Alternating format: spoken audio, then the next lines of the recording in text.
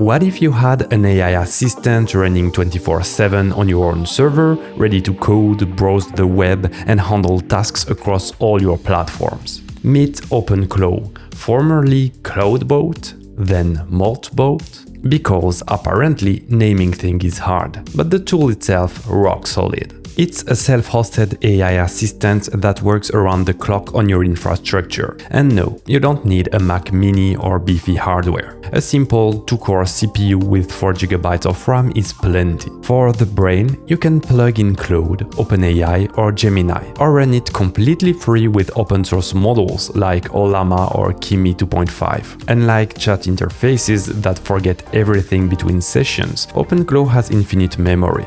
It remembers your projects, preference and context forever. What can it actually do? Write code, create files, browse the web, and integrate with your tools in 2 ways. Platforms for communicating with you and your team, and platforms for getting things done. Social networks, content creation, coding workflows, calls, emails, you name it. To start using OpenClaw, you can follow the Getting Started guide on the official documentation, or use a platform like ours, Elestio, to deploy it seamlessly on your server or the cloud provider of your choice. We handle the installation, backups, updates, and ongoing maintenance for you. To start using OpenClaw on our platform, head to ls.io and click on Login. Then deploy my first service. Search for OpenClaw, select, choose between the different cloud providers, regions and service plans based on your needs, then next. On the final screen you can adjust more advanced settings and choose between the different level of support we provide. The first one is free and included by default. Once you're all good, hit the Create Service button. Once the installation is finished, you will receive this email telling you that your new instance of OpenClaw is ready. Because this project requires some additional steps, you have instructions in the email telling you what you need to do. Let's do it together. So the first one is to access the terminal. Let's open our instance on Elestio. Go to Tools and choose the terminal. It will give you the URL to access the online terminal. Let's copy the password, user is root, let's follow the link. Type your credentials, sign in. Perfect, we are on the terminal of the server hosting our OpenClaw instance. What we need to do is to run those commands. To initiate the onboarding from OpenClaw, simply copy-paste from your clipboard, enter, and let's follow the different steps. So the first one, we have the security warning. We just have to say yes. Then onboarding mode, choose manual. So manual, here it is. Choose local for the gateway. So this is the default choice. Workspace directory, we can also keep the defaults. Then you can choose your model. Feel free to select whatever you prefer and whatever you have a subscription with. I will use Claude, so go to Anthropic. I will choose Anthropic token, enter, and to get my token, I need to run this command on my device. To generate the token, you need to open the link and click on Authorize. Then you paste your token. Token name, choose default. The model, the recommendation is to keep a current one, which is Claude Opus 4.5. Gateway port is correct. And gateway bind, you need to choose LAN. Then for the authentication, recommendation is also to choose token. Tail scale off. And then for the gateway token, the recommendation is to use the password from your Elestio dashboard. So let's simply copy it from our Elestio administration panel and paste it there, enter. Then you can set up different channels, but we will discover what they are and how to set them up later together. So let's skip it with no. Same for the skills. Now the CLI onboarding is finished. You should see a link with the token, meaning everything is set up correctly. We still need to run additional scripts.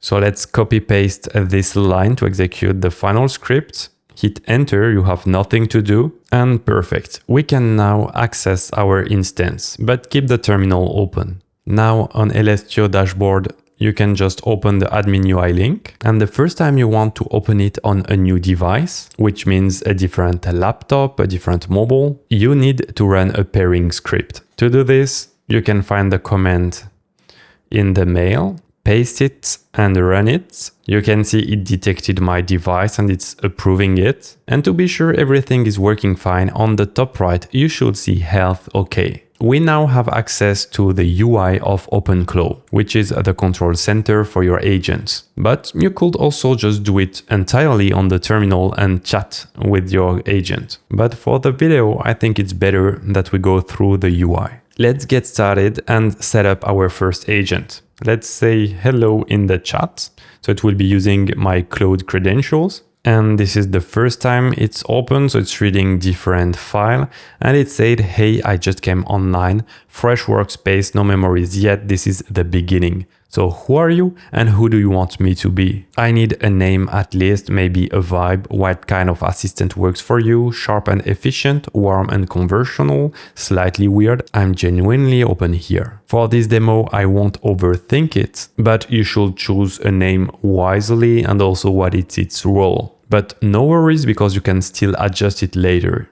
So the first time I recommend you to just do it and over time to fine tune its personality, its name and its position. Let's reply to our agent. I'm Wawa and you are Claude Junior, my AI assistant.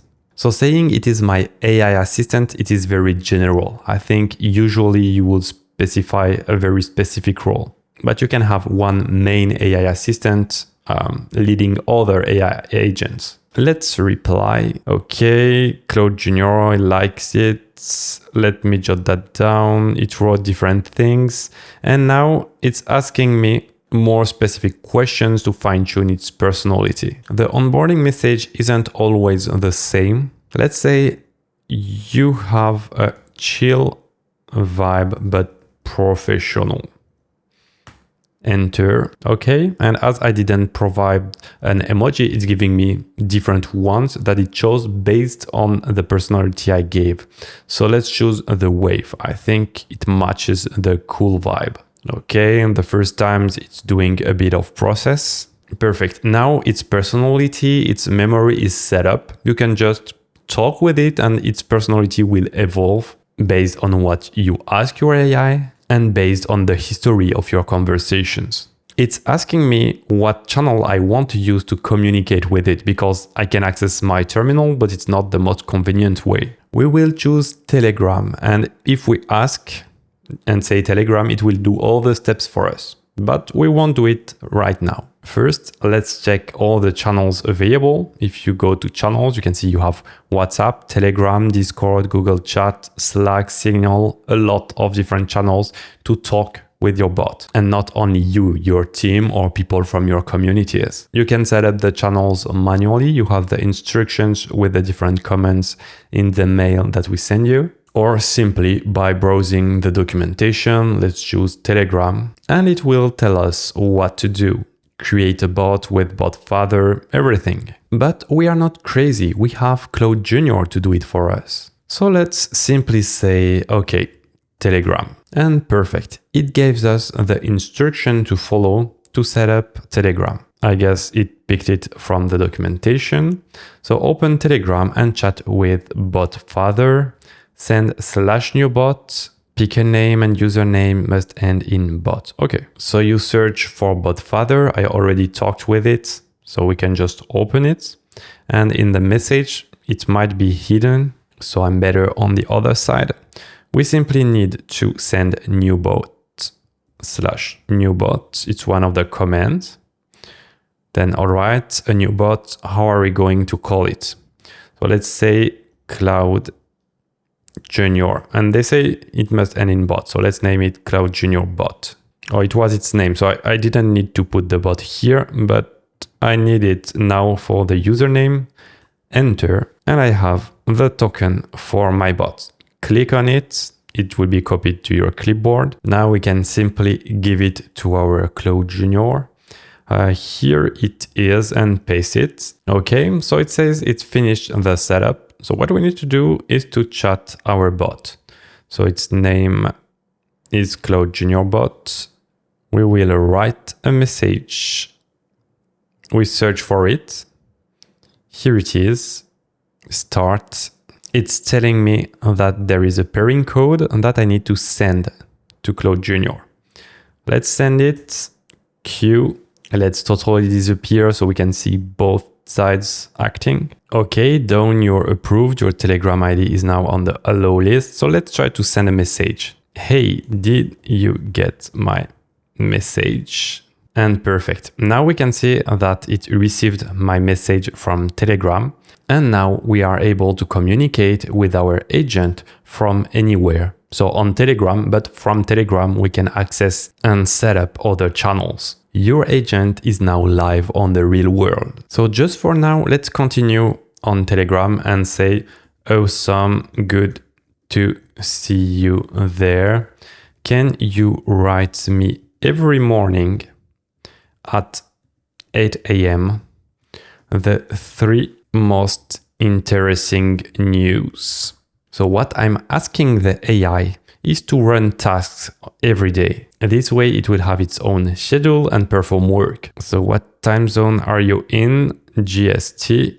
And you can see that I have the response because I still have the chat open here on both sides. But I don't need to have OpenClaw open at all. But for better readability, let's get back only to the chat UI. Now, because we have asked our agent to do something every day, what it did is to create a cron job. While you can manage and see them visually in the interface, you don't have to, you can just talk to your agent and you don't need this fancy UI. So what do we have? We have one job schedule, we can create them manually, and we have the list of the jobs. So we have morning news for Wawa, we have the cron with the time, so every day in UTC time, so it's 23, and what it does. So either you open it and you modify it manually. So currently it's 3 most interesting stories to Wawa on Telegram. But let's go back to the chat and let's say for the news, make them about open source software, please. Okay, it says updated open source software news only. Let's check on cron job and you can see that it changed what it is about. New release, project updates, funding, sustainability, only things related to open source software. Here it is a very easy task, but you can gradually make it do more complex things, such as creating content for social media, managing your life, code projects with or for you, and all this thanks to skills. So let's open on the left skills. By default, there are 50 skills available. Let's expand the lists. You can just scroll and you have Bird, which is to post on X, but not only posting, it's for browsing and having a visibility on X. You have Gemini for content creation, GOG for Google Workspace, which means you can manage all your documents, calendar, everything that an employee would have access to. Possibilities are endless. Of course, you can find other skills online. And if you need very precise skills for things that are private to you, you can check their documentation to learn how to create them, or ask your agent to do it for you. I think the future of any product is to have skills and MCP for AI agents. In the UI, you can see the history of your sessions. As by default, all the sessions are stored to fill the memory, but you can always delete them and purge if for any reason you want to do it. In agents, you can see all the agents that you have. So currently I only have one, the main agent. Its identity name is Claude Junior. You have its emoji. If you have multiple ones, you can manage all of them here. And interesting things, if you want to understand how it works under the hood, you go to files and you will see all the files that your agent is using. So you can see agent.md and you will see how it is working. So which other file it needs to use. Here it is, memory.md, your long-term memory, only load in main session, do not load in shared context. This is for security. You have its identity. So that's what I meant earlier. You can always chat with it so it adjusts its identity. You can see that there is a to be decided for the avatar. And what you can do is to connect Gemini or file or replicate and ask it to generate its own avatar based on its name or based on what it feels it is. Of course, I couldn't cover everything in this video, so I highly recommend you to check their documentation. And if you want our team to go deeper into any topic, any features of OpenClaw, let us know in the comments. Thank you for watching. We hope you enjoyed discovering OpenClaw with us. Please hit the like button to help our channel be more visible to other open source lovers. Don't forget to subscribe to not miss our next platform overviews. If you want to continue your open source journey, watch this video, available here.